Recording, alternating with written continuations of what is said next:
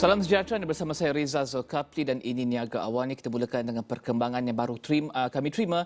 Jawatan Kuasa Khas Jaminan Akses Bekalan Vaksin COVID-19 melaporkan 375,842 dos vaksin diberikan pada Rabu.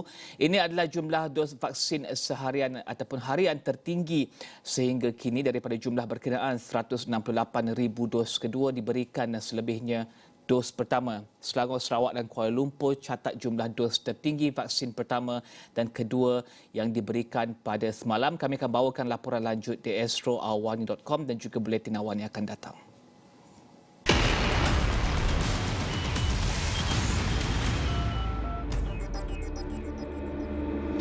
Seterusnya, sebanyak 49% atau dianggarkan 580,000 perusahaan mikro, kecil dan sederhana PMKS berisiko lumpuh menjelang Oktober ini jika kumpulan berkenaan tidak dibenarkan kembali beroperasi. Kementerian Pembangunan Usahawan dan Koperasi MEDAK dalam satu kenyataan memaklumkan penutupan perniagaan tersebut yang kebanyakannya dikategorikan first close last open turut dijangka menyebabkan sekurang-kurangnya 14 juta orang terjejas. Menterinya Datuk Seri Wan Junaidi Tuanku Jaafar berkata kegagalan menyelesaikan perkara itu akan beri kesan buruk kepada landscape sosioekonomi negara sekaligus menjejaskan kesejahteraan rakyat secara keseluruhan.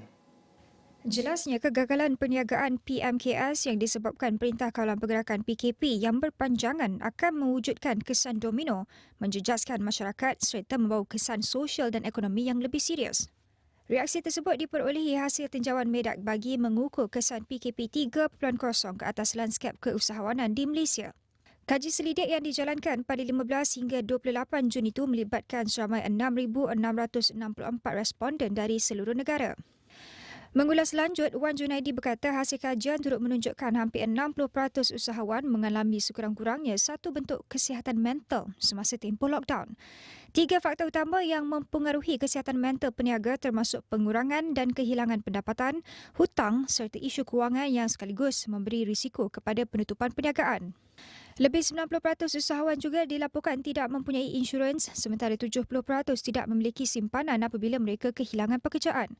Sehubungan itu, Wan Junaidi berkata sudah tiba masanya untuk kerajaan melihat langkah-langkah holistik dalam menangani situasi COVID-19 selain daripada pelaksanaan PKP.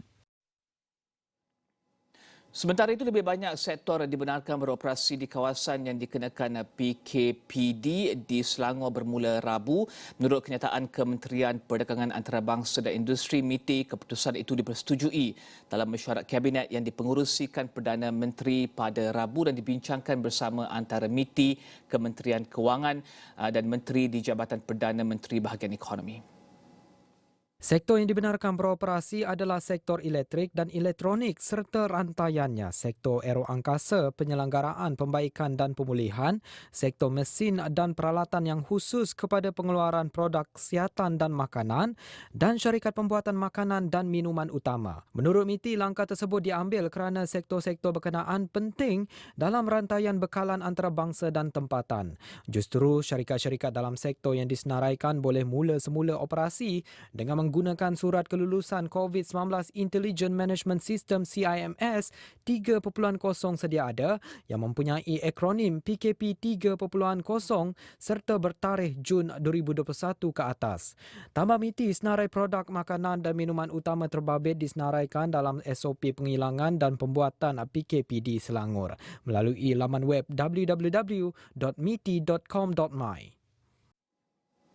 Seterusnya, SME Bank melancarkan program sukuk wakalah RM3 bilion menjadikannya institusi kewangan pembangunan pertama yang mengeluarkan sukuk kelestarian. RHB Investment Bank adalah penasihat tunggal selain sebagai pengatur utama tunggal untuk pelaksanaan program sukuk kelestarian ini. Pengurus utama bersamanya adalah M Investment Bank Berhad, CIMB Investment Bank Berhad, Maybank Investment Bank Berhad serta RHB Investment. Untuk melihat kepada program sukuk wakalah ini, kita bersama dengan Presiden Kumpulan dan Ketua Pegawai Eksekutif SME Bank, Arya Putra Ismail. Pertama sekali, Arya terangkan tentang sukuk wakalah ini dan juga SME Bank juga adalah institusi kewangan pembangunan yang pertama terbitkan sukuk kelestarian. Kenapa ini penting, Arya? Terima kasih Rizal. Sebenarnya penerbitan sukuk wakalah ini adalah yang pertama oleh SME Bank yang merupakan bukan jaminan kerajaan dengan nilai had terbitan sebanyak 3 bilion ringgit. Ini merangkumi penerbitan suku jangka masa pendek dan sederhana di mana 500 juta kami telah mengenal pasti bagi tujuan penerbitan suku kelestarian. Dan penerbitan suku kelestarian ini telah memenuhi standard dan juga requirement yang telah ditetapkan oleh Suruhanjaya Security Malaysia dan juga badan-badan piawaian serantau dan antarabangsa. Dan kenapa ini penting? Kami berpendapat penerbitan suku kelestarian pada waktunya adalah amat penting kerana dana-dana yang dikumpul daripada hasil penerbitan suku ini akan digunakan bukan sahaja bagi tujuan kesinambungan kerajaan PKS dalam menyumbang kepada KDNK negara, tetapi juga mereka juga harus dapat menyediakan peluang pekerjaan yang lebih banyak serta memberi kesan yang positif kepada masyarakat dan juga persekitaran. Jadi bukan keuntungan semata-mata yang harus dikejar oleh para usahawan. Dan kami yakin kerana banyak syarikat-syarikat yang besar di sana bermula daripada PKS dan dengan penerapan nilai-nilai ESG di peringkat yang kecil dan sederhana ini, insya-Allah apabila mereka telah berkembang maju, segala nilai-nilai murni ini akan diteruskan dan ianya akan memberi impak yang positif bukan sahaja kepada keuntungan ataupun diri mereka tetapi juga kepada masyarakat dan persekitaran. Dan Arya, adakah ini masa sesuai untuk terbitkan sukuk ini? Adakah permintaan untuk sukuk ini ataupun apakah permintaan untuk sukuk seperti ini ketika ini dan juga apakah tujuannya, Arya? Sebenarnya permintaan kepada suku atau bond atau pasaran modal adalah amat tinggi dan bagus pada masa ini. Sebagai contoh, kita dapat melihat apabila kerajaan Malaysia baru-baru ini telah menerbitkan suku kelestarian di mana langganan tersebut telah dapat dilihat sebanyak lebihan langganan sebanyak 6.4 kali. Ini adalah testimoni ataupun bukti di mana para investor atau pelabur di sana akan memberi permintaan, akan memberi ataupun anticipate di dalam participate di dalam penerbitan suku-suku, terutamanya suku yang mempunyai rating yang tinggi atau rating yang baik. Dan apakah kebaikan yang dibawakan kepada komuniti dan juga masyarakat secara amnya melihat kepada elemen kelestarian tersebut yang ditekankan oleh SME Bank? Terbitan suku kelestarian ini adalah iktizam SME Bank di mana kami ingin mengajak bukan sahaja para masyarakat tetapi juga para usahawan untuk mengambil bahagian di dalam aktiviti-aktiviti yang memberi kesan yang baik kepada masyarakat dan juga persekitaran. Kita tidak mahu para pelanggan kita yang mendapat pinjaman ataupun perkhidmatan daripada kami hanya mementingkan keuntungan semata-mata, tetapi mereka harus mengambil pelbagai langkah bagi memastikan kelangsungan dan juga kelangsungan perniagaan mereka dan keuntungan mereka dan memberi kesan yang baik kepada masyarakat dan persekitaran. Dan Arya, mungkin Arya boleh jelaskan ya sebelum kita bercakap berkenaan dengan nilai-nilai ESG yang diperhatikan oleh PKS ni, apakah mungkin penarafan dan juga sambutannya sehingga kini Arya kini melakukan perbincangan dengan pelabur-pelabur ya dan juga potensi pelabur? Malaysia Rating Corporation atau MAC telah memberi penarafan AAA kepada terbitan suku wakalah kami pada kali ini dan juga standard emas ataupun gold standard kepada framework ataupun rangka kerja kelestarian yang bakal kami laksanakan bagi tujuan penerbitan suku kelestarian ini. Dan kami telah membuat engagement ataupun presentasi kepada para pelabur pada 5 Julai yang lalu dan alhamdulillah saya dapat melihat ramai para pelabur telah mengambil bahagian dan ingin tahu secara lebih mendalam apakah itu suku kelestarian dan bagaimana suku kelestarian ini dapat dilaksanakan oleh SME Bank. Dan sehingga kini kami masih melakukan proses engagement one to one dengan pelbagai pelabur serantau dan juga dalam negara kita. Dan Arya, kita ingin bincangkan berkenaan dengan nilai ESG yang dipraktikkan oleh PKS. Adakah mereka mempraktikkan nilai ESG ini dan juga bagaimanakah SME Bank sebagai bank khusus untuk lihat keperluan PKS menerapkan nilai ini dan juga memastikan bahawa wujud elemen kelestarian tersebut dalam segala urusan PKS ini? Sebenarnya SME Bank adalah satu bank yang melaksanakan syariah banking dalam operasi kami, dan secara tak langsung nilai-nilai ESG itu telah dilaksanakan oleh kami sejak beberapa tahun yang lalu.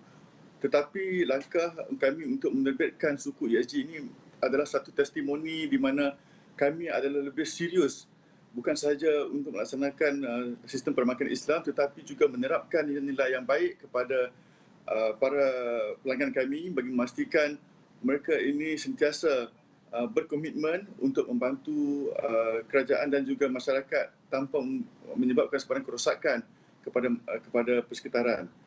Dan sebenarnya kebanyakan usahawan pada masa kini mempunyai kesedaran yang tidak begitu tinggi berkenaan dengan apakah impak-impak negatif yang boleh terjadi di persekitaran ataupun masyarakat mereka. Jadi mereka hanya mengejar keuntungan semata-mata tanpa dan segala kerosakan dan juga impak-impak yang negatif di segi sosial adalah ditanggung oleh kita semua. Kerajaan terpaksa mengeluarkan perbelanjaan yang besar, masyarakat terpaksa menanggung serta memperbetulkan kesilapan-kesilapan yang dilakukan oleh para usahawan. Jadi dengan penerbitan suku ESG atau kelestarian ini, kami akan menerapkan nilai-nilai ini bermula dari pinjaman pada fasa pertama dan juga fasa kedua nanti kami akan membuat sesi-sesi edukasi bagi memastikan mereka bukan sahaja menggunakan pinjaman yang diperolehi oleh SME Bank bagi tujuan aktiviti-aktiviti yang memenuhi keperluan ESG tadi, tetapi juga menerapkan nilai-nilai ESG dalam operasi mereka secara amnya. Dan kami percaya dengan ini bagi jangka masa yang panjang ia akan menguntungkan bukan sahaja syarikat berkenaan tetapi juga masyarakat dan negara. Dan Arya, kita bercakap berkenaan dengan kepentingan institusi kewangan pembangunan. Bagaimanakah penerbitan sukuk ini akan meningkatkan lagi kepentingan IKP dalam pembangunan semula ekonomi selepas tempoh COVID-19 ini? Sebenarnya IKP ataupun DFI adalah satu agensi kerajaan di mana mandat yang diberikan oleh kami adalah untuk membantu para usahawan memulakan perniagaan mereka dan juga membangunkan perniagaan mereka sebelum mereka layak kepada untuk ke bank-bank komersial di luar sana. Jadi dengan penerbitan suku kelestarian, dan saya percaya ini bukan untuk SME Bank sahaja, saya percaya lebih banyak IKP di luar sana akan meneruskan usaha ini di mana dana yang diperolehi seperti yang saya katakan tadi akan digunakan untuk memastikan penyaluran dana ini adalah dapat digunakan kepada bagi tujuan yang benar dan juga tidak memberi sebarang kerosakan kepada masyarakat dan persekitaran. Dan kami adalah di dalam posisi yang amat tepat bagi melaksanakan amalan-amalan murni untuk menerapkan amalan-amalan murni ini kepada seluruh para usahawan di luar sana. Terima kasih Arya Putra Ismail, Presiden Kumpulan dan juga Ketua Pegawai Eksekutif SME Bank membincangkan berkenaan dengan program sukuk wakalah RM3 bilion yang menjadikannya institusi kewangan pembangunan pertama yang mengeluarkan sukuk kelestarian. Kita akan berhenti berehat seketika, kembali selepas ini.